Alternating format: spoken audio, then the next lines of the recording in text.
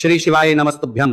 दोस्तों 7 जनवरी 2025 माघ बुधवार पंचमी तिथि के दिन 7 दुआ और एक चुटकी हल्दी से कर लेना एक महा उपाय होगी। हर मनोकामना पूरी मिलेगी, सभी दोषों से मुक्ति, इतना धन आएगा कि संभाले नहीं संभलेगा। भगवान भोलेनाथ जी के आशीर्वाद से पूरे साल धन बरसता रहेगा।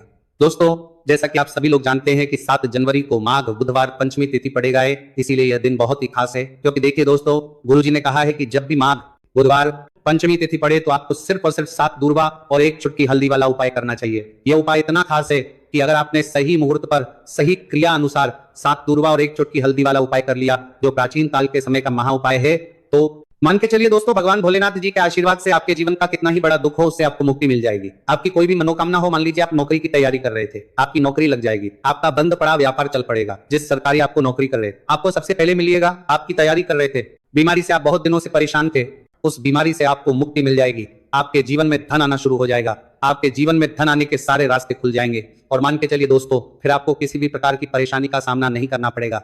इसीलिए दोस्तों, इस दिन आप लोगों को इस वाले उपाय को जरूर कर लेना है।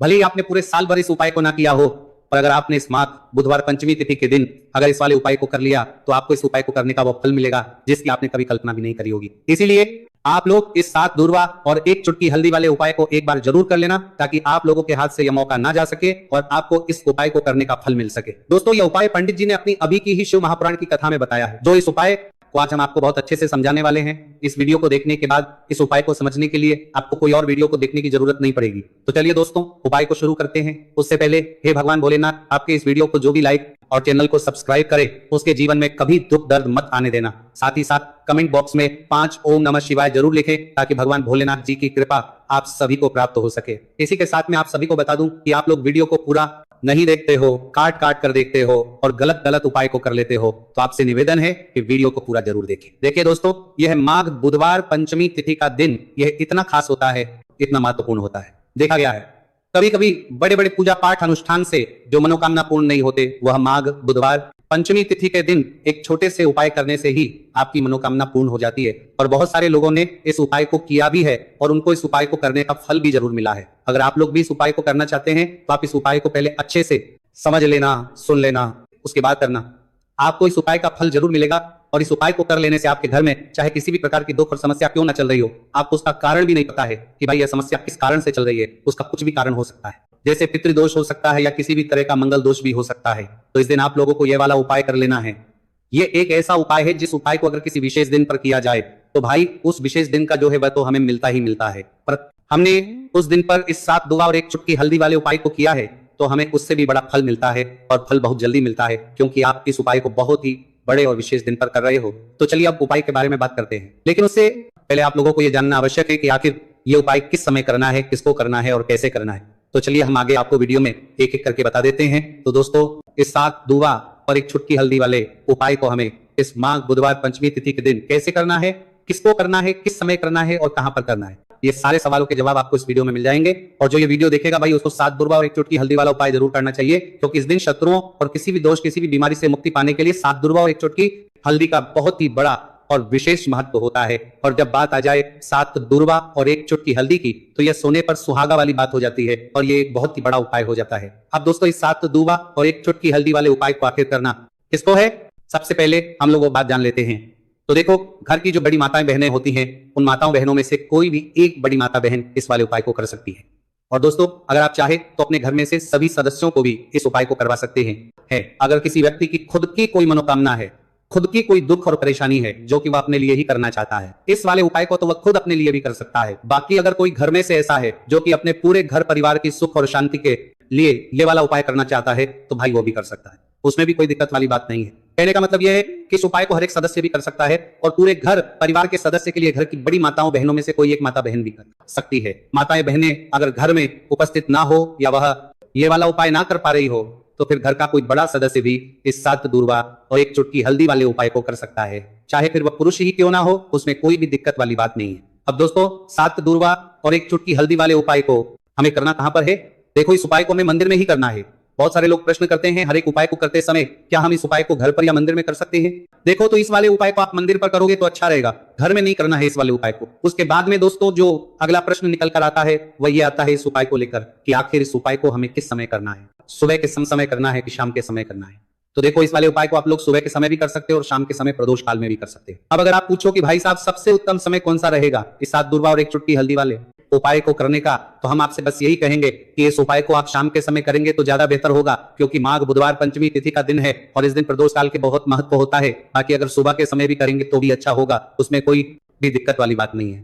तो अब दोस्तों, जो अगली सबसे बड़ी और महत्वपूर्ण बात आती है वो ये आती है कि सुबह अगर हम उपाय को करेंगे तो हमें कितने बजे से लेकर कितने बजे तक के बीच में करना है, और शाम के समय प्रदोष काल में करेंगे तो हमें कितने बजे से लेकर कितने बजे के बीच में करना है। तो देखो, सुबह जितनी जल्दी हो सके आप उपाय को करने की कोशिश करना।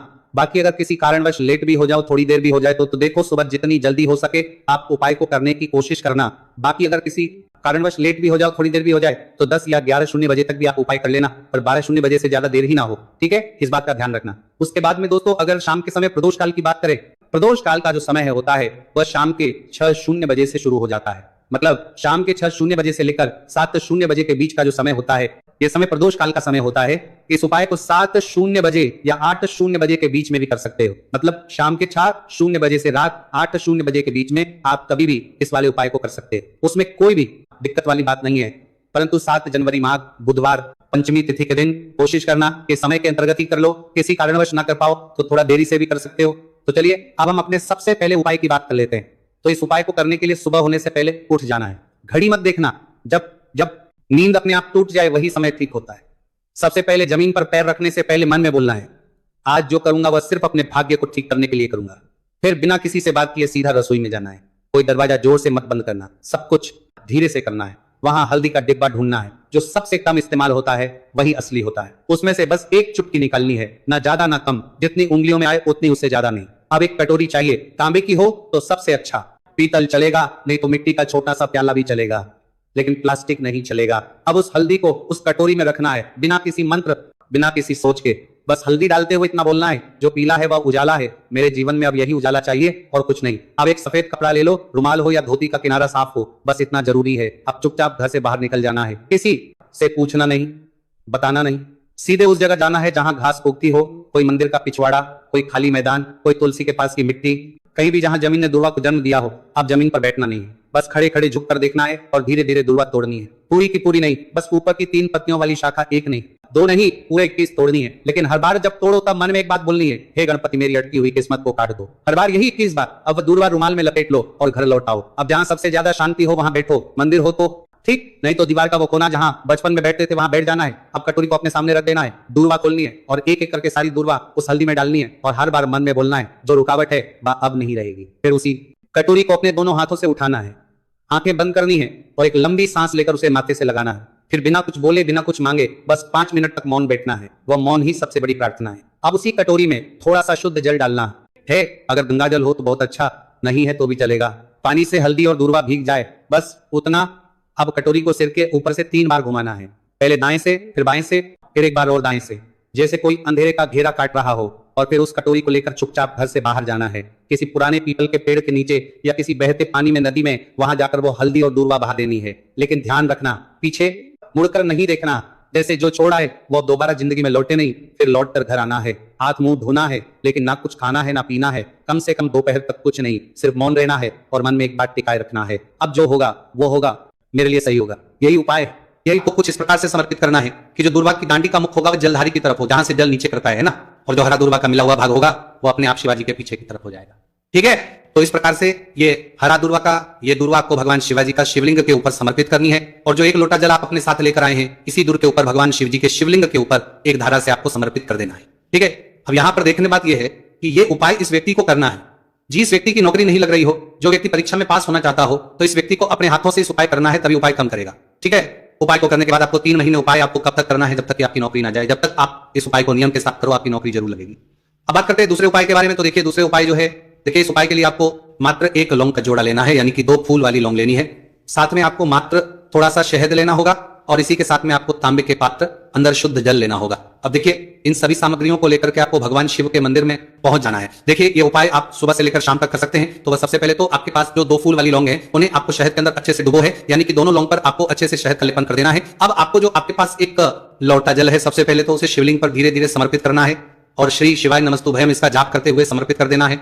अब आपके पास जो 2 फूल वाली लौंग है शहद से, उसे आपको शिवलिंग पर अर्पित करना है और आपको प्रार्थना करनी है कि जीवन में जो रोग की स्थिति है वह समाप्त हो, जीवन के जो संकट और समस्याएं हैं वह सभी समाप्त हो, जीवन से जो कर्ज की समस्या है वह समाप्त हो। इस प्रकार से प्रार्थना करते हुए ये जो 2 फूल वाली लौंग ही शहद संयुक्त इस आपको शिवलिंग पर अर्पित कर देनी है। आपकी जो भी समस्या होगी इस बुधवार के दिन अवश्य ही समाप्त हो जाएगी। तो इस प्रकार से आपको पहला उपाय करना है। अब हम बात कर लेते हैं दूसरे उपाय के बारे में। देखिए, ये उपाय आपके लिए सर्वश्रेष्ठ होने वाला है। देखिए, इस उपाय के लिए आपको चाहिए होंगे 5 हरा मूंग के दाने, और मूंग के दाने कहीं से भी खंडित नहीं होने चाहिए, इस बात का ध्यान रखें। और इसी के साथ मैं आपको एक तांबे के पात्र के अंदर अपने घर से शुद्ध जल 1 लोटा जल ले लेना है। अब दोस्तों, इन सभी सामग्रियों को लेकर के आपको सीधे पहुंच जाना है भगवान शिव के मंदिर में। देखिए, इस उपाय को भी आप सुबह भी कर सकते हैं और शाम के समय में भी कर सकते हैं। देखिए, भगवान शिव के मंदिर में पहुंचने के बाद आपके पास जो 5 हरे मूंग है, उनमें से पहला जो हरा मूंग है आपको शिवलिंग के सामने जो नंदी महाराज होते हैं और उनका जो पैर उठा हुआ होता है वहां पर आपको पहला हरा मूंग समर्पित करते हैं और आपको इसका जाप कर लेना है। फिर आपको दूसरा हरा मूंग लेना है और शिवलिंग पर जो श्री गणेश जी वाला स्थान होता है वहां पर आपको ये दूसरा हरा मूंग लेना है,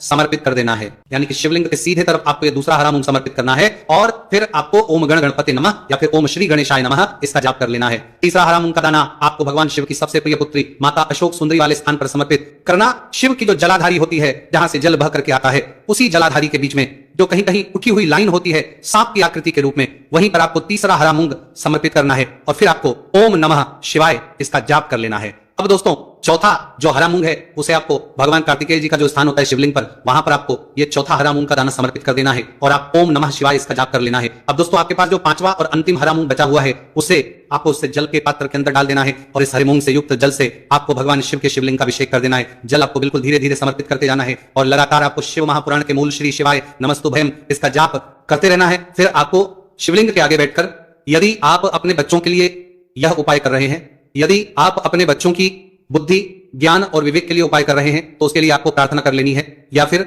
व्यापार में वृद्धि करने के लिए यह उपाय कर रहे हैं तो उसकी कामना करते हुए आपको प्रार्थना कर लेनी है, या फिर अपनी नौकरी के लिए कर रहे हैं, या फिर अपने इंटरव्यू के लिए, या फिर धन की प्राप्ति के लिए कर रहे हैं। जिस भी कामना के लिए आप उपाय कर रहे हैं उसे परिपूर्ण करने के आपको महादेव से प्रार्थना कर लेनी है और फिर आपको वापस अपने घर आ जाना है। पूज्य गुरु जी ने कहा है कि जो भी व्यक्ति इस उपाय को कर लेता है तो यकीन मानिए आपके जीवन की जो सारे संकट, कष्ट और बाधाएं ही वह सभी समाप्त होंगे। अब हम बात करते हैं अगले उपाय की। इस उपाय के लिए आपको एक दीपक लेना है। दीपक आप मिट्टी का भी ले सकते हैं और शुद्ध आटा मटर उसका दीपक भी आप तैयार कर सकते हैं। अंदर गोलबाती का प्रयोग करना है और दीपक के अंदर आपको शुद्ध घी का प्रयोग करना है। इसी के साथ में आपको मात्र एक फूल वाली लौंग लेनी होगी। अभी एक दीपक और एक फूल वाली लौंग लेकर के सीधा आपको पहुंचना होगा बरगद के वृक्ष के। वहां पर देखिए, सबसे पहले तो आपके पास जो एक फूल वाली लौंग है उससे आपको बरगद के वृक्ष की जड़ में समर्पित करना है। देखिए, अगर आपके जीवन में कोई भी बड़ा संकट आने वाला है, कोई बड़ा कष्ट आने वाला, तो वह इस उपाय के माध्यम से दूर होने वाला है। महादेव की विशेष कृपा रहेगी कि जो भी संकट आपके जीवन में आने वाला होगा वह भी दूर हो जाएगा। तो आपको एक लौंग समर्पित करनी है बरगद के वृक्ष की जड़ में और वहीं पर आपको जो है बोलबाती वाला दीपक जो आप लेकर के गए हैं उसे भी वहां पर प्रज्वलित कर देना है, पटकेश्वर महादेव का स्मरण करते हुए। देखिए, जब भी आपको जीवन में इस साल लगने लगे कि आपके जीवन में कुछ भी अच्छा नहीं चल रहा है, तब भी आपको इस प्रकार करना है। तो इस प्रकार से आपको यह उपाय करना है। आपको इस उपाय को करने का वो फल मिलेगा जिसकी आपने कभी कल्पना भी नहीं करी होगी। इसीलिए इस हल्दी दीपक वाले उपाय को एक बार जरूर कर लेना ताकि आप लोगों के हाथ से यह मौका ना जा सके और आपको इस उपाय को करने का फल मिल सके। दोस्तों, यह उपाय पंडित जी ने अपनी अभी की ही शिव महापुराण की कथा में बताया है, जो इस उपाय को आज हम आपको बहुत अच्छे से समझाने वाले हैं। इस वीडियो को देखने के बाद इस उपाय को समझने के लिए आपको कोई और वीडियो को देखने की जरूरत नहीं पड़ेगी। तो दोस्तों, इस उपाय को आपको कैसे करना है, कब करना है, कहां पर करना है और उपाय को करते समय आपको किन किन गलतियों को नहीं करना है और आपको किन किन बातों का ध्यान रखना है, यह सारी जानकारी हम आपको इस वीडियो में देंगे। तो चलिए भक्तों, उपायों को शुरू करते। अगर आप भी चाहते हैं कि महादेव जी का आशीर्वाद आप पर सदैव बना रहे तो वीडियो को लाइक करें, चैनल को सब्सक्राइब करें और कमेंट बॉक्स में हर हर महादेव जरूर लिखें। तो दोस्तों, यह थे पूज्य गुरु जी द्वारा बताए गए कुछ बहुत ही खास उपाय। अगर आपको जानकारी अच्छी लगी हो तो वीडियो लाइक करिएगा। मिलते हैं फिर एक नए वीडियो के साथ। श्री शिवाय।